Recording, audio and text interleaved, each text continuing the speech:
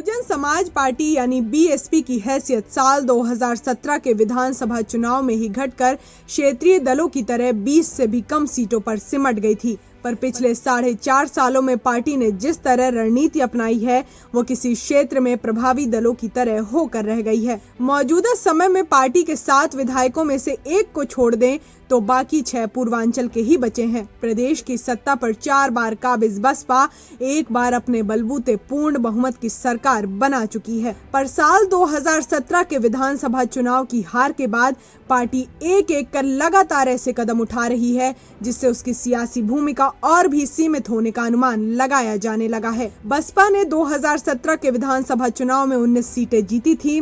उपचुनाव में 1 सीट गंवाने के बाद पार्टी की सीटें 18 रह गईं। पर बसपा ने जनता के संदेश को समझने की कोशिश नहीं की। हालात ये हुए कि मोदी लहर और चुनौतीपूर्ण दिनों में चुनिंदा सीटों पर जीत कर आए विधायकों को भी सहेज कर नहीं रख पाई। देखते देखते 4.5 साल के भीतर 11 विधायकों के खिलाफ निलंबन या निष्कासन की कार्रवाई हो चुकी है। इनमें बसपा संस्थापक के समय से पार्टी का झंडा उठाने और संघर्ष करने वाले पार्टी के पिछड़ा चेहरा पूर्व प्रदेश अध्यक्ष राम अचल राजभर और विधानमंडल दल के निवर्तमान नेता लालजी वर्मा भी शामिल है।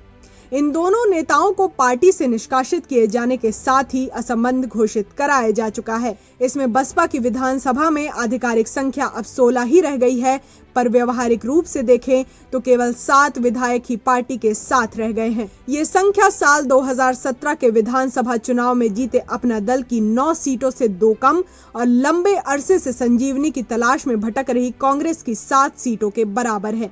हालांकि कांग्रेस के भी 2 विधायक बागी रवैया दिखा चुके हैं। जानकार बताते हैं कि बसपा के 2 और विधायक दूसरे दलों के संपर्क में हैं, जो टिकट का आश्वासन मिलते ही निष्ठा बदल सकते हैं।